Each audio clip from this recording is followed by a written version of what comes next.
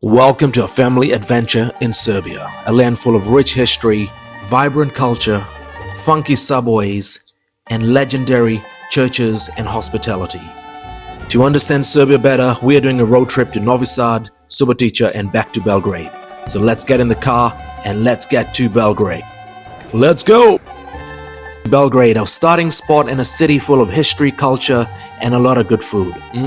Yes, there was a lot of food and dancing while we explored Belgrade. And in this episode, we want to show you some of the most kid-friendly things to do in Belgrade. So let's get started by firstly figuring out how to get around the city. We arrived quite late on a Friday evening, so we started our sightseeing on Saturday morning and we figured out walking is option A. The city is quite easy to navigate and get around, and Google Map will not let you down. But before anything, you need some cash money. Cash is still the king for paying for taxis, meals, and hotels in Serbia. Speaking of taxis, the prices fluctuate. Sometimes it's 3,000 rubles, sometimes it's 5,000. So what you want to do is download any of these three apps, and I strongly recommend Cargo, which you pay in cash, but it gives you a good digital overview. Option C is public transportation, and as of 1st of January 2025, public transportation in the city is free for all residents.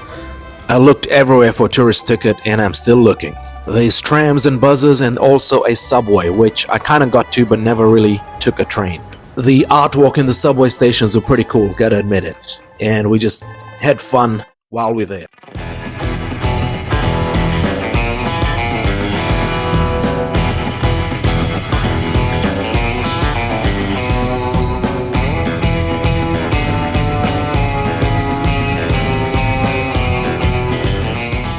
Now that we have the transportation and get the money plan sorted out, let's take a look at Belgrade and see what the city has to offer. We start off with the biggest church in Belgrade, which is the Church of Saint Sava. It is one of the largest Orthodox churches in the world and a major landmark in Serbia.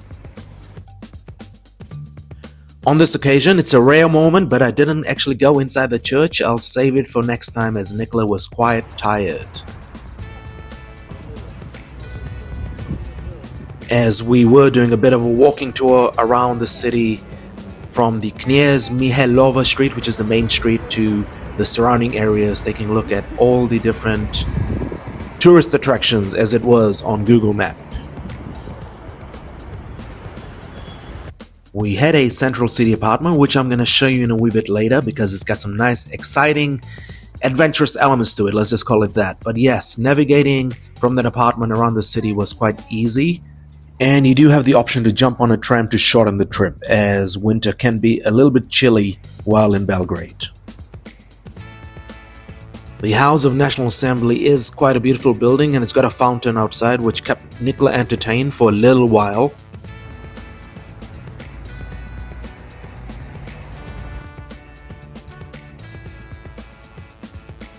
And then we discovered the playground, which kept her a lot busier, and all of a sudden she had her energy back. Nicola, say hello.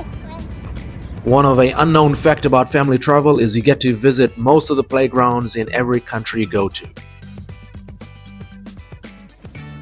Next up, we went to the Bohemian Quarter, which has a lot of beautiful cobblestones and a lot of stories in the history of the monuments, buildings, and everything else in this section. It was quite entertaining. The character of this part of town is very different and a welcoming place to explore and dance. Yes, I've lost track of how much dance moves Nikola pulled off on this trip. Later, we stopped in one of the many good restaurants in this area that comes with live music, and we tried some of the organic cakes, as you can see over here. Next up, we stumbled upon the Rebublic Square. Not that we're looking for it, we just stumbled upon it because you can't miss it, and it is one of those things in European cities. It is there, just check it out. It's a beautiful location to people watch if you're into it, or just break some dance moves like Nikola does in most locations. And within the vicinity, there is a lot of playgrounds to keep the child entertained. As we did a classic walkabout, we went to the Belgrade Design District as well, which was artsy, and we got to see a lot of different alternative stuff. Nicola, you good?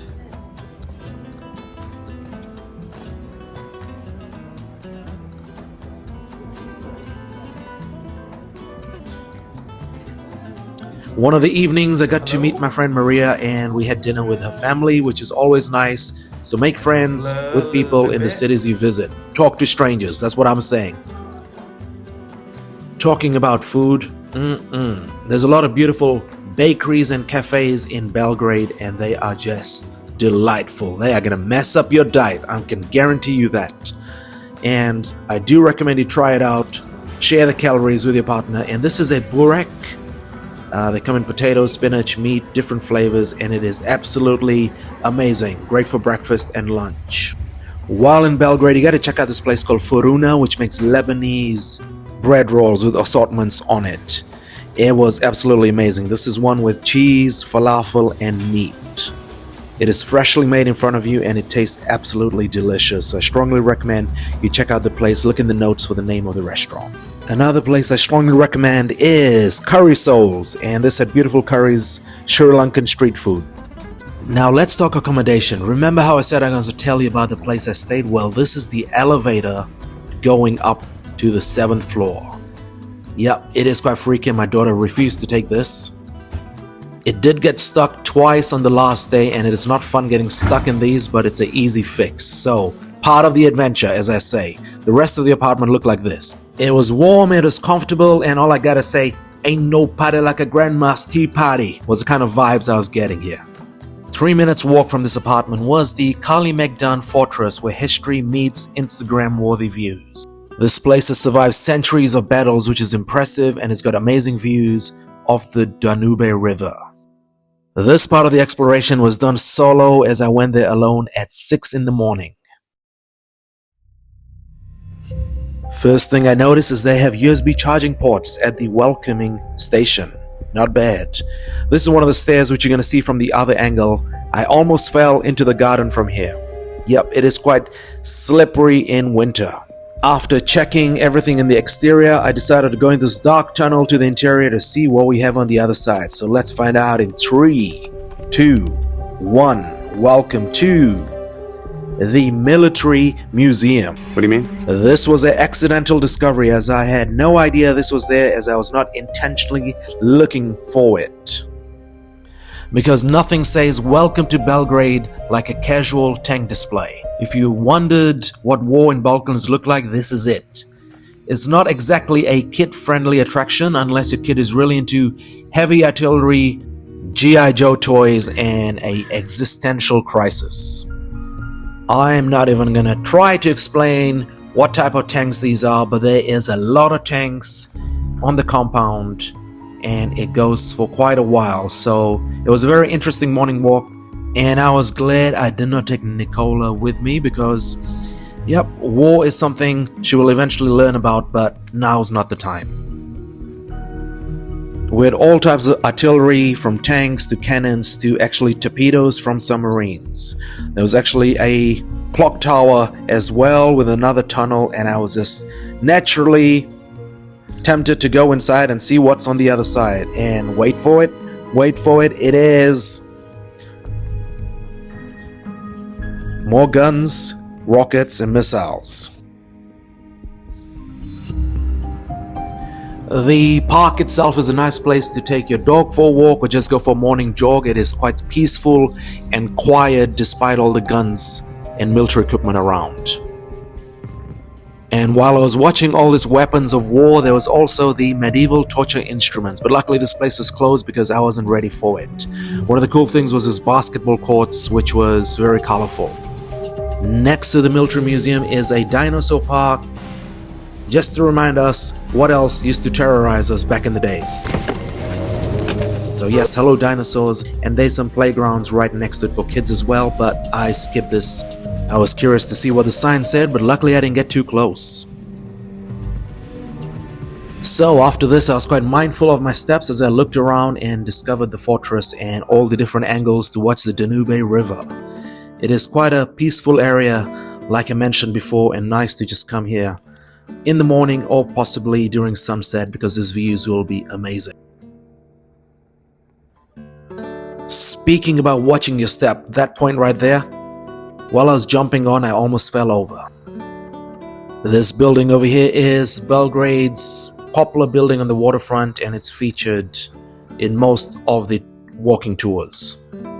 While the fortress is a quiet place to come in the morning and get some exercise, I wouldn't recommend the military museum or the torture chambers for the children. But there is some cool statues and monuments around, and it's good to walk in nature.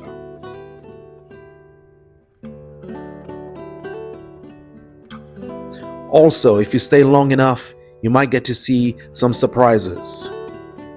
And that surprise is the squirrels in the park, which is nice to watch. While the fortress and the military museum might not be the best place to take your kids, the Museum of Illusion definitely is. Located in the city, it is easy to get to it.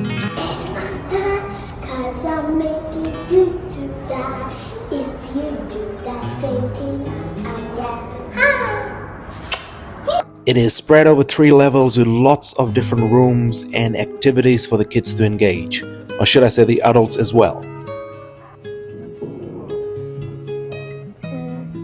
We stayed here for roughly 75 minutes and it was quite entertaining, and Nicola did not get bored. Alright. Whoa. Say something.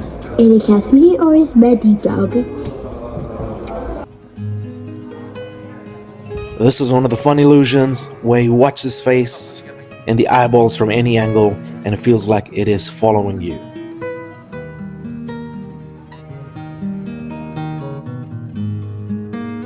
Mirrors and illusions. We got a lot of this in this building. More mirrors, more illusions. Eventually, we found a room for some movement. We've been driving around, singing songs way too loud because we wanna.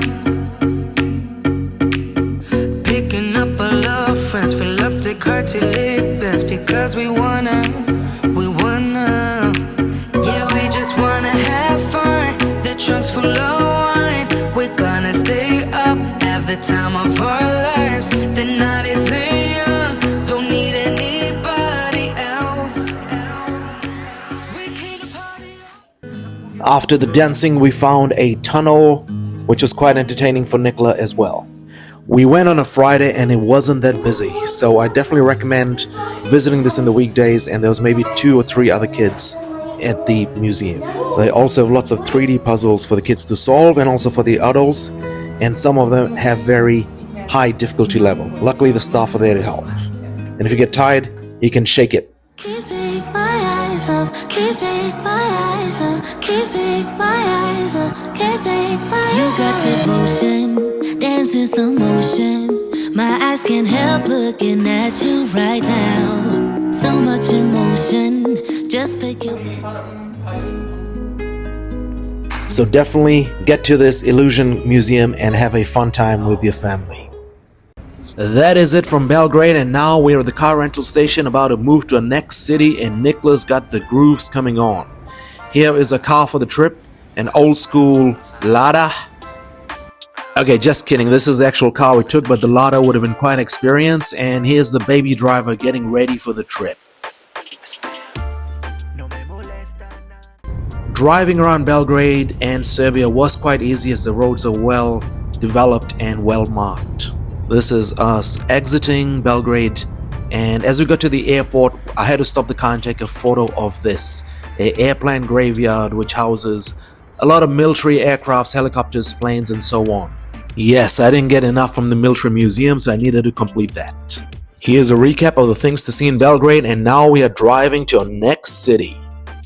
In this case, the next city was in the south of Hungary in a place called Serge. This is a side quest, and we took the 2.5-hour drive to explore the city right next to the Serbian border, and it's a beautiful city. If you want to check it out, we have a special episode about this in the show notes. Now back to Serbia.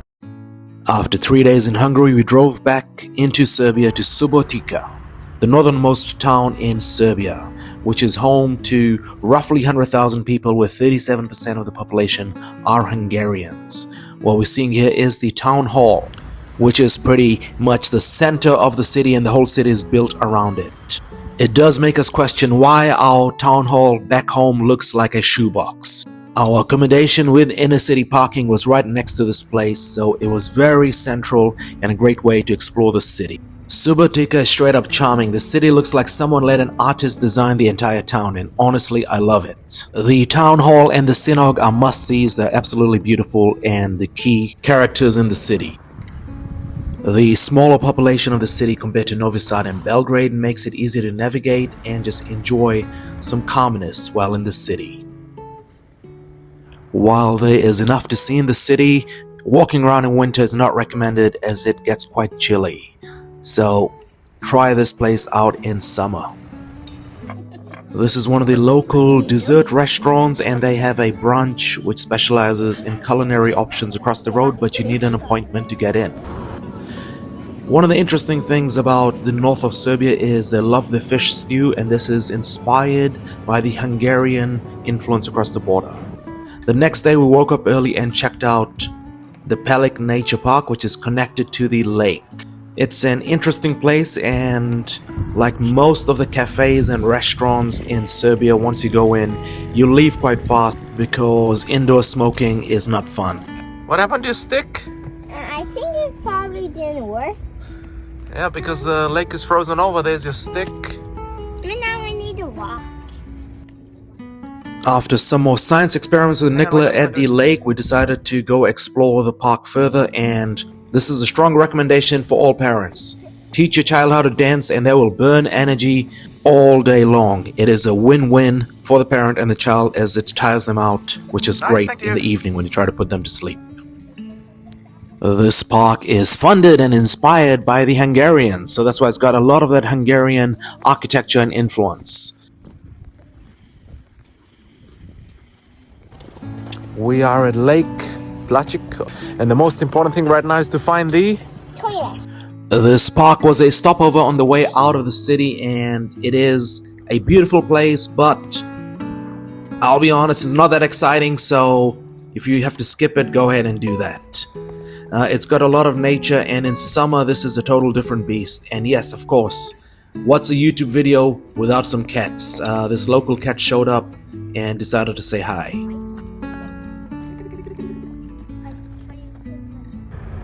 To close off our visit to Palic Nature Park, this is one of the water towers at the entry point from the main road into the park.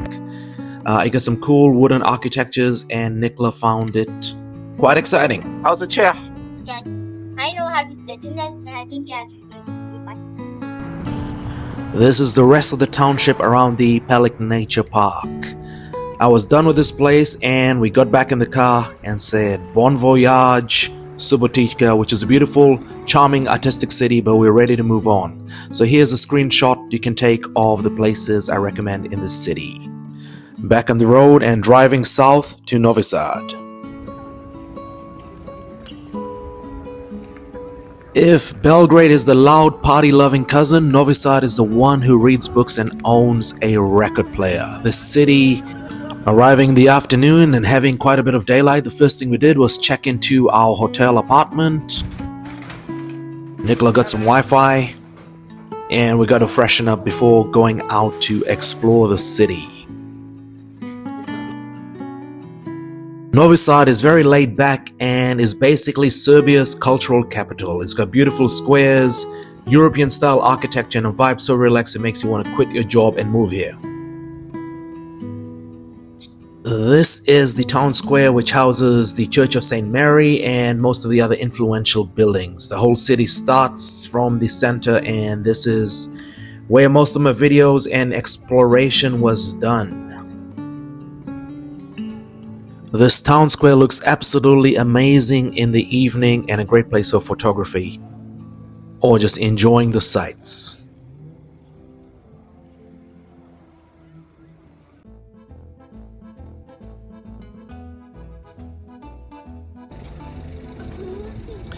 Even the local police car has a vibe check and fits in with the artsy vibe and culture. Once again, this location is totally recommendable for summertime because I can see the square packed and lots of festivities and parties going around, especially since Novi Sad is the home to the Exit Festival. Speaking of the Exit Festival, this is the actual location, the fortress across the city and the river. Keep going, Nicola. It is a beautiful city and the people, the locals are very welcoming, so we quite enjoyed this as you get to connect with people a lot better in smaller towns. This is a house of worship called the Bishop's Palace, which is just 1 minute away from the Church of St. Mary. Nicola continued her movement because movement is life. Next day we got to see the whole town square in daylight, and this is the view from our room. And just like the evening, it was quite spectacular to see the details of all of the architecture. The influences out there doing the thing, and the statues in the town square witnessing everything.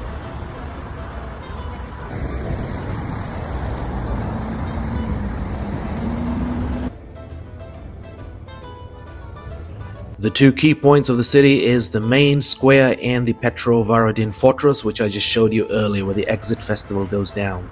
Lots of churches around, and we got to see the Church of St. Mary from different angles before going to Danube Park, which is very close. And then we got hungry, so we tried some local food, and this is at a place called Kalem By Zak, which looks like a very popular hangout, evening and daytime. We also tried ćevap, which is the grilled meat served with cheese and onions. We skipped the onions because it will ensure you don't have any friends for the next 24 hours. More burak for breakfast because it is amazing. And also shampita, which is an egg white dessert. There's so many beautiful cafes around Novi Sad, so do take your time to sit in one and just act cool and enjoy the coffee. By the way, the pastries in the city, in the country are amazing, so put your diet on hold and enjoy life. YOLO, that's all I gotta say. After breakfast number 2, we were ready to roll out of Novi Sad and get back to Belgrade. Take a screenshot of the places I recommend. While on the drive from Novi Sad to Belgrade, we had a few things to see, and this was one of the thermal pools in the middle of nowhere, and it looked good, but it smelled horribly of sulfur. We didn't even go in. Along the way to Belgrade, our next stop was this place of worship in the middle of nowhere, but it was beautiful. Overall, Serbia is a country full of surprises. One moment you're standing in a fortress, the next you're eating your body weight in pastries. Eventually, we got to the airport and got on our flight to get home. Serbia is amazing, full of history, stunning architecture, and so much good food that's gonna haunt my dreams in the best way possible. Thank you, Serbia, and it's lights out till the next adventure.